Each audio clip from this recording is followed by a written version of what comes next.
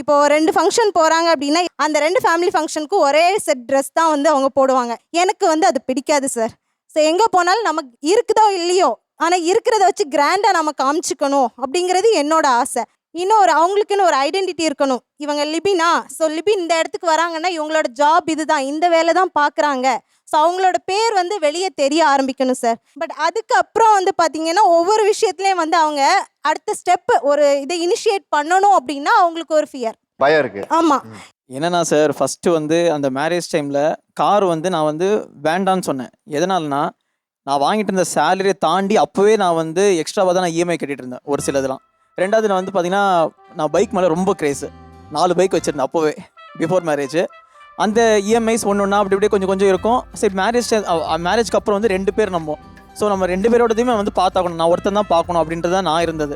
ஏன்னா அவளுக்கும் வந்து ஒரு சில கடன்கள் இருந்தது, அப்பா அம்மாவை பார்த்துக்கணும். அதனால அந்த எக்ஸ்பென்சஸ் அவளோட சேலரி நம்ம டிபெண்ட் பண்ண வேண்டாம், நம்ம தனியாக தான் பார்க்கணும் எல்லாத்தையும் அப்படின்றதுனால என்னோடய பைக்கை வந்து விற்றுட்டு அப்படியும் வந்து எனக்கு வந்து என்னோடய சேலரி தாண்டி தான் எனக்கு வந்து இஎம்ஐஸ் தான் வந்து பே பண்ணுற மாதிரி இருந்தது.